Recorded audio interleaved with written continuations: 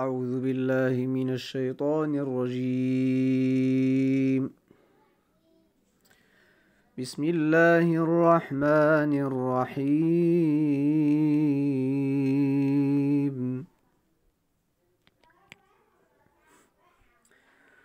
والسماء والطارق وما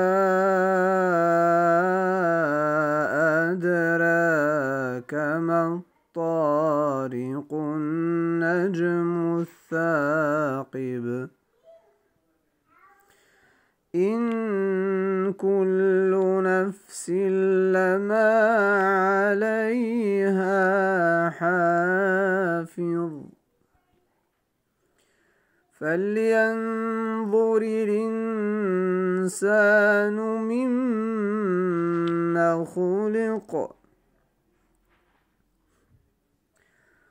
خلق من ماء دافق يخرج من بين الصلب والترائب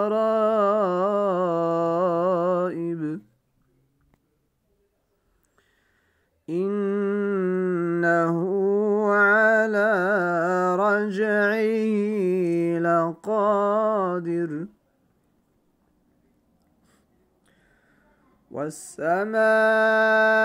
والسماء والطارق وما أدراك ما الطارق النجم الثاقب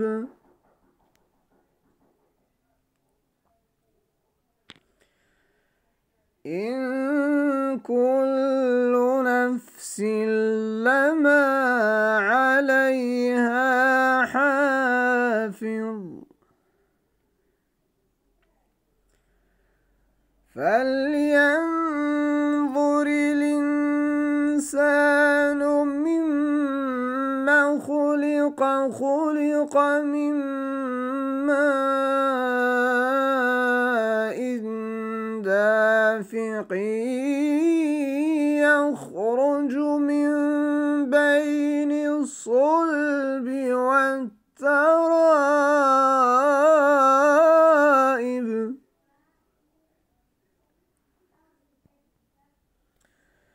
إنه على رجعه لقادر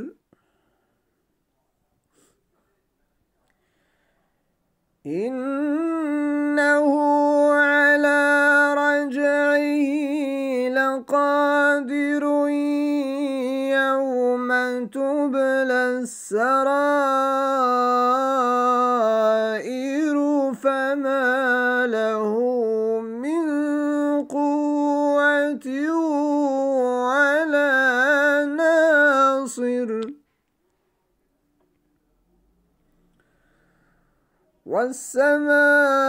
والسماء ذات الرجع والأرض ذات الصدع إنه لقول فصل وما هو بالهزل إنهم يكيدون كيدا وأكيد كيدا فمهل الكافرين أمهلهم رويدا صدق الله العظيم.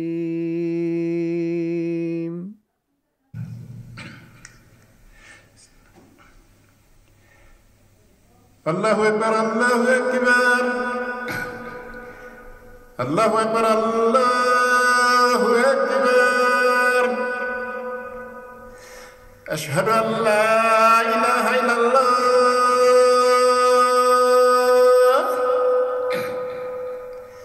أشهد أن لا إله إلا الله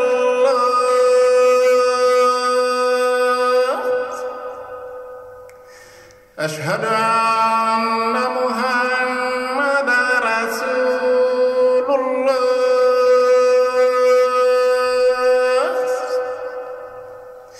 أشهد أن محمدا رسول الله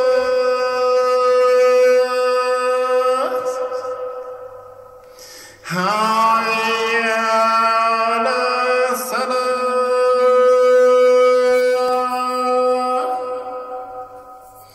حي على الصلاة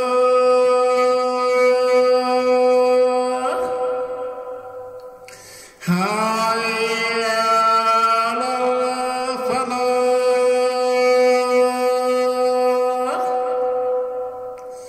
حي على الفلاح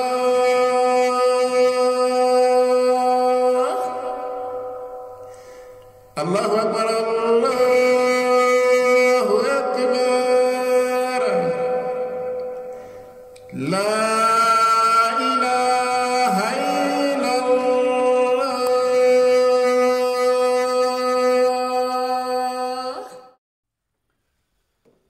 الحمد لله الذي سبحت له السماوات وأملاكها وسبحت له النجوم وأفلاكها وسبحت له الأنهار وأسماكها وسبحت له الأرض وسكانها وسبحت له البحار وحيتانها وإن من شيء إلا يسبح بحمده ولكن لا تفقهون تسبيحهم وأشهد أن لا إله إلا الله وحده لا شريك له ولا مثيل له ولا كفء له ولا ند له وأشهد أن سيدنا ونبينا محمدا عبده ورسوله أرسله ربه رحمة للعالمين وحجة على العباد أجمعين اللهم صل وسلم إلى المبعوث إلى الثقلين اللهم صل وسلم على صاحب القبلتين اللهم صل وسلم على نبي المسجدين اللهم صل وسلم على جد الحسن والحسين اللهم صل وسلم على المبعوث رحمة للعالمين. Après le petit discours du vendredi passé, j'ai eu deux questions. La première, quelle est la relation entre le repentir et l'actualité? C'est-à-dire, quelle est la relation entre ton discours et ce qu'on est en train de vivre maintenant? La deuxième question, comment on fait le repentir? La réponse à la première question se trouve dans le verset 42, Surat Al-An'am. Allah il dit بعد أعوذ بالله من الشيطان الرجيم ولقد أرسلنا إلى أمم من قبلك فأخذناهم بالبأساء والضراء لعلهم يتضرعون فلولا إذ جاءهم بأسنا تضرعوا. Allah il dit dans la sourate Al-An'am, le verset 42, certes, nous avons envoyé des messagers avant toi à d'autres peuples et nous les avons frappés par des maladies et par la famine, afin qu'ils implorent notre miséricorde. Et Allah il rajoute, pourquoi donc, quand nos malheurs les ont frappés, pourquoi ils ne m'ont pas imploré? Pourquoi ils n'ont pas demandé ma miséricorde? Le seul qui peut tout changer, c'est Allah subhanahu wa ta'ala. الوحيد مغير الأحوال هو الله عز وجل. Personne ne sait quoi faire dans cette situation.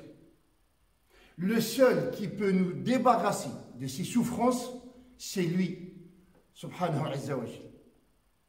Et il suffit qu'on revienne vers lui et on implore. C'est lui qui le dit dans le verset. Allah Azza wa Jal, il nous dit dans le verset 96 de la sourate Al-A'raf, وَلَوْ أَنَّ أَهْلَ الْقُرَى آمَنُوا وَاتَّقَوْا لَفَتَحْنَا عَلَيْهِمْ بَرَكَاتٍ مِنَ السَّمَاءِ وَالْأَرْضِ. Allah, il est clair dans ce verset coranique. Si les gens des cités, ou bien sûr des villes, avaient cru et été pieux, nous leur accorderons toutes les bénédictions du ciel et de la terre. Il suffit de croire en lui et l'adorer comme il se doit, et la paix reviendra sur terre. Sinon, wallahi, on ne sait pas ce qui nous attend. Allah, dans le verset 97 de la même sourate Al-A'raf, il dit أَفَأَمِنَ أَهْلُ الْقُرَى أَن يَأْتِيَهُمْ بَأْسُنَا بَيَاتًا وَهُمْ نَائِمُونَ. Sont-ils sûrs que notre châtiment ne va pas les frapper de nuit en plein sommeil? Hein? On est sûr que rien ne peut nous arriver alors qu'on est très loin d'Allah subhanahu wa ta'ala. Par exemple, un tremblement de terre et on se réveille sous terre. Ça, c'est impossible. Ça ne s'est pas arrivé à d'autres peuples. Quelque chose peut nous frapper de jour. Allah, il dit dans le verset 98, أَوَأَمِنَ أَهْلُ الْقُرَىٰ أَن يَأْتِيَهُمْ بَأْسُنَا ضُحًى وَهُمْ يَلْعَبُونَ. Sont-ils sûrs que notre châtiment ne va pas les frapper de jour alors qu'ils sont en train de jouer? Qui est-ce qui s'attendait à une maladie pareille? Qui est-ce qui s'attendait à une maladie qui va frapper toute la terre, qui va faire trembler toute la planète? Et nous qui sommes matérialistes, imaginons-nous qui sont devenus tellement matérialistes et on pense qu'à nos ventres. Si on se réveille et les grandes surfaces sont vides, c'est un exemple simple. Y a-t-il quelqu'un à part Allah subhanahu wa ta'ala qui peut nous garantir notre subsistance? Y a-t-il quelqu'un qui peut nous donner toutes ces richesses à part lui? Allah, il dit dans sourate Al-Dhariyat, wa fi as-samaa'i rizqukum wa ma tu'adun. Allah يقول لنا الرزق نتاعنا في السماء. الرزق نتاعنا يتقرر في السماء. الأمر يعطى في السماء ماشي في الأرض. Allah, il nous dit, c'est dans le ciel qu'il y a votre subsistance et tout ce qui vous a été promis. Notre subsistance, elle se décide au ciel, pas sur la terre. C'est Allah qui décide. C'est Allah qui veut donner ou bien ne pas donner. Subhanallah, Allah, après ce verset, il jure. Il dit فَوَرَبِّ السَّمَاءِ وَالْأَرْضِ إِنَّهُ لَحَقٌّ مِثْلَ مَا أَنَّكُمْ تَنْطِقُونَ. Allah, juste après ce verset, il dit, il jure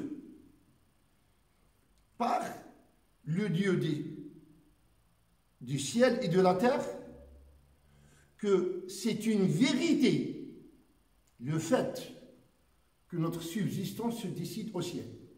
Allah, il jure, il nous dit que c'est une vérité évidente comme le fait qu'on parle. Comme ça, il ne restera aucun doute. Et subhanallah, il y avait quelqu'un qui s'appelait Al-Asma'i. Al-Asma'i, il dit, je sortais de la mosquée. Et il a rencontré un compagnard, Arabi. Et l'Arabi, il lui dit, vous étiez où? Al-Asma'i, il dit, on était à la mosquée. On était en train de lire la parole d'Allah subhanahu wa ta'ala. Et ce compagnon lui dit, est-ce que tu peux me lire quelques versets du Coran? Est-ce que tu peux me lire la parole d'Allah subhanahu wa ta'ala? L'Asma'il dit, et j'ai commencé à lui réciter la sourate de Al-Dhariyat. Il a dit jusqu'à ce que je suis arrivé au verset dans lequel Allah il dit wa fi as-sama'i rizqukum wa ma tu'adun. Il lui a récité la sourate de Dhariyat jusqu'au verset dans lequel Allah il dit c'est dans le ciel qu'il y a votre subsistance et tout ce qui vous a été promis. Là, le compagnon, il a dit, ma richesse, ma subsistance, elle est au ciel, c'est-à-dire que je commence encore à souffrir, c'est-à-dire souffrir moralement, mais physiquement, oui, on doit travailler. Le corps, il doit travailler, on doit faire les causes. Mais lui, il a dit, je reste à me torturer, à me fatiguer, moralement, alors que ma richesse, elle est au ciel. Il a dit, ma richesse, elle est au ciel et Allah, il ne ment pas. Il a pris son chameau, il l'a sacrifié, il l'a partagé aux pauvres et à tous les passants. Et il a dit, Wallahi, à partir d'aujourd'hui, je ne vais plus me fatiguer pour ma subsistance. Pas physiquement, physiquement il doit travailler. C'est-à-dire il ne doit pas se fatiguer moralement. Parce qu'il a compris que sa subsistance, elle est décidée chez Allah subhanahu wa ta'ala. Et l'Asma'il dit, après un certain temps, j'ai fait le pèlerinage avec Al-Rachid. Et j'ai rencontré cette personne. Il a dit, la première fois, je ne l'ai pas reconnu. Et lui, il m'a reconnu. Et il m'a attrapé. Il m'a dit, est-ce que tu as encore d'autres paroles d'Allah subhanahu wa ta'ala? Il lui dit oui. Et là, il a dit, je lui ai récité, فَوَا رَبِّ السَّمَاءِ وَالْأَرْضِ إِنَّهُ لَحَقٌّ مِثْلَ مَا أَنَّكُمْ تَنْطِقُونَ. Il a dit, j'ai continué le verset dans lequel Allah il dit, par le Dieu du ciel et de la terre, c'est une vérité tellement claire et évidente comme le fait que vous parlez. Et là, il dit, le compagnon, il a commencé à crier. Il a dit, qui est-ce qui a énervé Allah? Qui est-ce qui a énervé le généreux pour qu'il jure ainsi? Il a dit, Wallahi, dès que j'ai entendu le premier verset dans lequel Allah il dit que c'est lui qui décide de ma subsistance, je l'ai cru. Ah, il reste une question.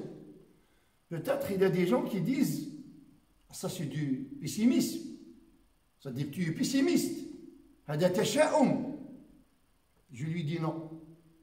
Allah il dit dans le Coran, أَفَأَمِنُوا مَكْرَ اللَّهِ فَلَا يَامَنُوا مَكْرَ اللَّهِ إِلَّا الْقَوْمُ الْخَاسِرُونَ. Ce n'est pas du pessimisme. Allah il dit dans le Coran, ils se croient à l'abri du châtiment d'Allah. Seuls ceux qui courent à leur perte croient qu'ils sont à l'abri de sa riposte. Allah subhanahu wa ta'ala, il est miséricordieux, c'est vrai. Mais attention, il peut se mettre en colère et nous punir. Quand est-ce? Quand on s'éloigne de lui. Quand on oublie le généreux. Quand on oublie qu'il donne à toute l'humanité sa subsistance. Quand on ne reconnaît pas Allah subhanahu wa ta'ala. Quand on laisse Allah et on va vers son ennemi et notre ennemi, Satan, la'natullahi alayh. Donc, j'espère que j'ai répondu aux frères et que la seule solution, c'est de revenir vers Allah subhanahu wa ta'ala, implorer sa miséricorde et l'adorer comme il se doit, c'est-à-dire faire le repentir. عندنا حل واحد وأننا نتوب إلى الله تبارك وتعالى لكي يرفع غضبه وسخطه عنا. السؤال الثاني, la deuxième question, comment on fait le repentir, je le laisse pour le vendredi prochain إن شاء الله. إذن السؤال الثاني اللي سأله الأخ وقال لي كيف نتوب إلى الله, سنجيب عن هذا السؤال الجمعة المقبلة. نرجو من الله تبارك وتعالى أن نكون من التوابين وأن يجعلنا من المتطهرين. آمين يا رب العالمين.